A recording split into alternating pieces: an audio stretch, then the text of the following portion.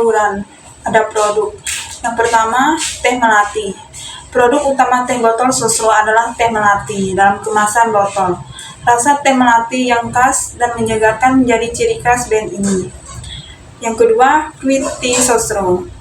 Teh dengan rasa buah seperti jeruk, mangga, dan leci memperluas target konsumen ke segmen yang menyukai minuman buah. Yang ketiga, es teh dalam kemasan botol besar yang lebih terjangkau, membidik konsumen yang lebih sensitif terhadap harga. Yang keempat, ada air mineral Prime. Air mineral yang diproduksi oleh PT Sinar Sosro melengkapi portofolio produk Sosro dan menjangkau konsumen yang membutuhkan air minum berkualitas. Dan ada harga. Yang kelima, harga kompetitif. Teh botol Sosro menetapkan harga yang kompetitif di pasaran dengan mempertimbangkan daya beli konsumen dan harga produk sejenis. Yang keenam, strategi promosi. Teh botol Sosro seringkali menawarkan promo dan diskon untuk menarik konsumen. Yang ketujuh, promo bundling. Menawarkan produk dengan harga khusus untuk pembelian beberapa item atau kemasan. Yang kedelapan, diskon. Menawarkan potongan harga untuk produk tertentu. Yang kesembilan, hadiah. Memberikan hadiah atau voucher kepada konsumen yang membeli produk teh botol Sosro. Yang B, deskripsi. Teh botol Sosro pertama kali diperkenalkan pada tahun 1940 dalam bentuk kemasan teh kering siap saji.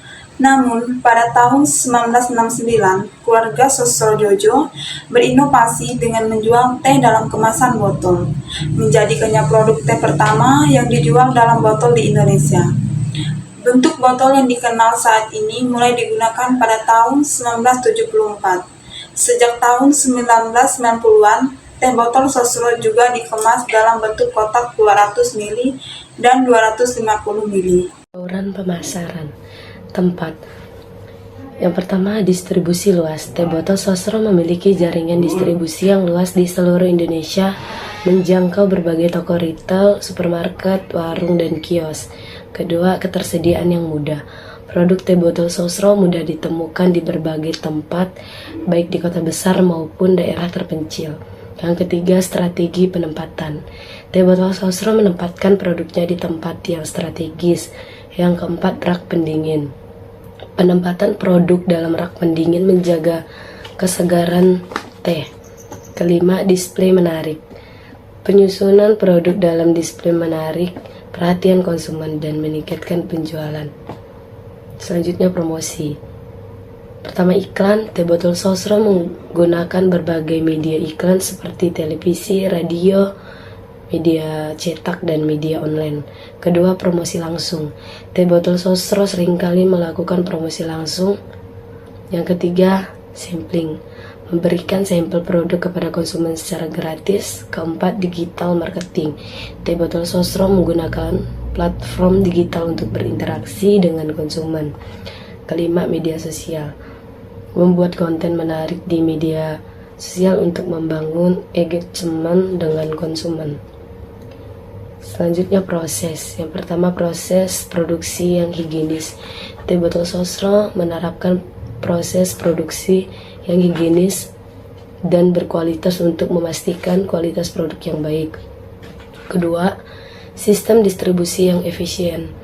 Teh botol Sosro memiliki sistem distribusi yang efisien untuk menjamin ketersediaan produk di berbagai tempat. Ketiga, pelayanan pelanggan yang responsif. Teh botol Sosro memberikan pelayanan pelanggan yang responsif dan membantu konsumen dalam menyelesaikan masalah. Yang B, segmentasi, targeting, dan positioning. Segmentasi. Teh botol Sosro menargetkan segmen pasar yang luas namun dengan fokus yang jelas. Mereka membagi pasar menjadi beberapa segmen berdasarkan pertama, usia. Menargetkan konsumen dari berbagai usia, mulai dari anak-anak hingga dewasa. Yang kedua, jenis kelamin. Menargetkan konsumen pria dan wanita. Yang ketiga, pendapatan. Menargetkan konsumen dari berbagai tingkat pendapatan dengan harga produk yang relatif terjangkau. Keempat, nilai. Menargetkan konsumen yang menghargai produk lokal dan kualitas yang baik. Berikutnya targeting. Teh botol sosro menargetkan beberapa segmen pasar utama, yaitu yang pertama keluarga, menargetkan keluarga yang menginginkan minuman yang sehat dan menyegarkan untuk seluruh anggota keluarga. Kemasan keluarga 1 liter menjadi salah satu strategi untuk menjangkau segmen ini. Yang kedua, remaja dan dewasa muda, menargetkan remaja dan dewasa muda yang aktif, dinamis, dan menyukai minuman yang praktis dan mudah dinikmati. Variannya fruit, teh, sosro, dan taps menjadi pilihan yang tepat untuk segmen ini. Selanjutnya, positioning. Teh botol sosro memposisikan dirinya sebagai yang pertama minuman yang sehat dan menyegarkan. Mereka menekankan manfaat teh untuk kesehatan dan kesegaran, serta bebas dari bahan pengawet dan pewarna buatan. Yang kedua, minuman yang praktis dan mudah dinikmati. Mereka menawarkan berbagai variasi produk dengan kemasan yang praktis dan mudah dibawa sehingga dapat dinikmati kapan saja dan di mana saja. Ketiga, minuman yang terjangkau. Mereka menempatkan harga yang efektif relatif C. Keunggulan, keamanan, dan kualitas.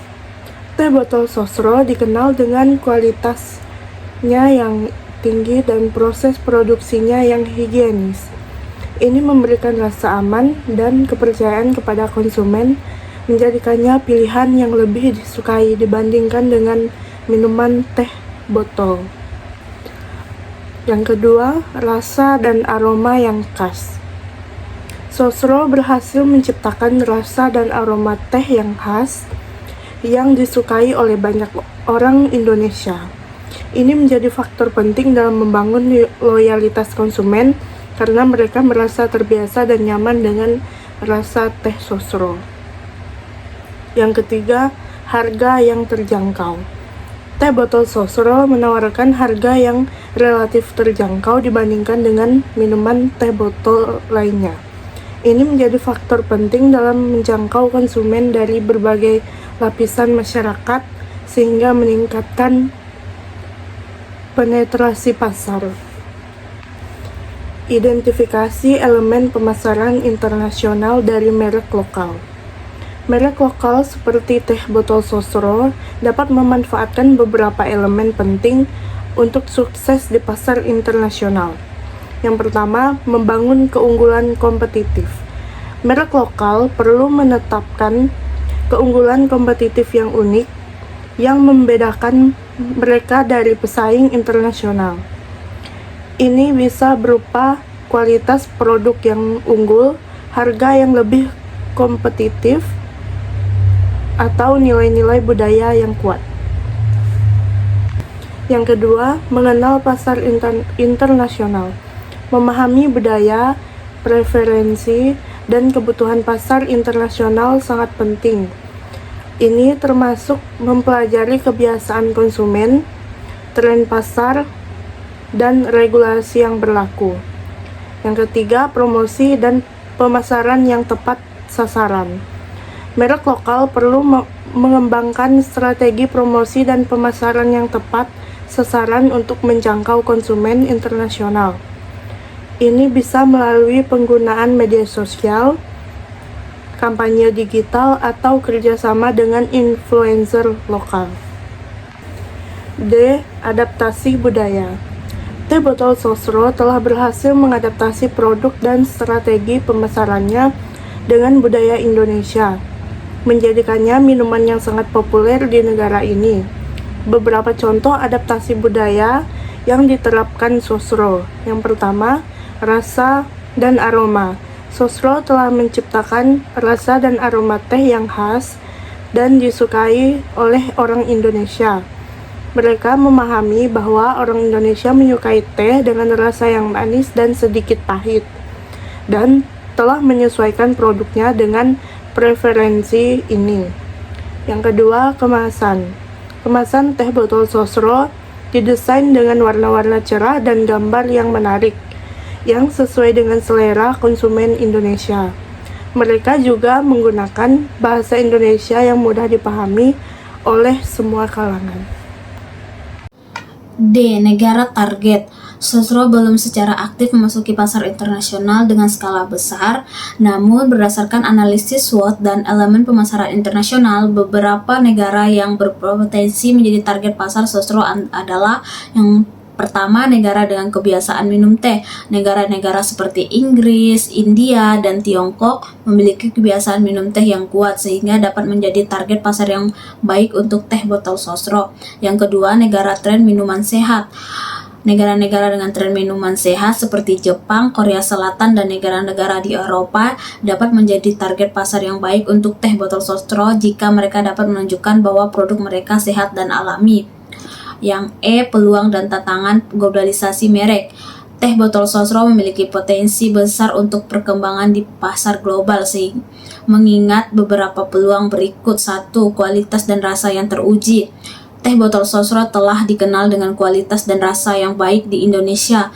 Ini dapat menjadi keunggulan kompetitif di pasar internasional, terutama di negara-negara yang menghargai kualitas rasa. Yang kedua, tren minum dan sehat. Seiring dengan meningkatnya kesadaran akan kesehatan, minuman sehat semakin diminati di berbagai negara. Teh botol Sosro dapat memanfaatkan tren ini dengan pemisikan produknya sebagai minuman yang sehat dan alami. Yang ketiga, memanfaatkan teknologi. Sosro dapat memanfaatkan teknologi digital untuk memperluas jangkauan pemasarannya seperti melalui media sosial, e-commerce, dan platform digital lainnya. Kesimpulan, berdasarkan analisis peluang dan tantangan, berikut beberapa rekomendasi untuk Sosro dalam upaya globalisasi merek. Berdasarkan analisis peluang dan tantangan, berikut beberapa rekomendasi untuk Sosro dalam upaya globalisasi merek. Yang pertama, fokus pada target. Sosro dapat fokus pada negara-negara dengan potensi pasar yang besar dan peluang pertumbuhan yang baik, seperti negara-negara dengan populasi muslim yang besar, negara-negara dengan kebiasaan minum teh, dan negara-negara dengan tren minuman sehat. Yang kedua, pemanfaatan teknologi. Sosro dapat memanfaatkan teknologi digital untuk memperluas jangkauan pemasaran seperti melalui media sosial, e-commerce, dan platform digital lainnya. Yang ketiga, adaptasi produk dan pemasaran. Sosro perlu menyesuaikan produk dan strategi pemasarannya dengan budaya dan profesi konsumen di negara target. Ini bisa berupa penyesuaian rasa, kemasan, dan pesan pemasaran.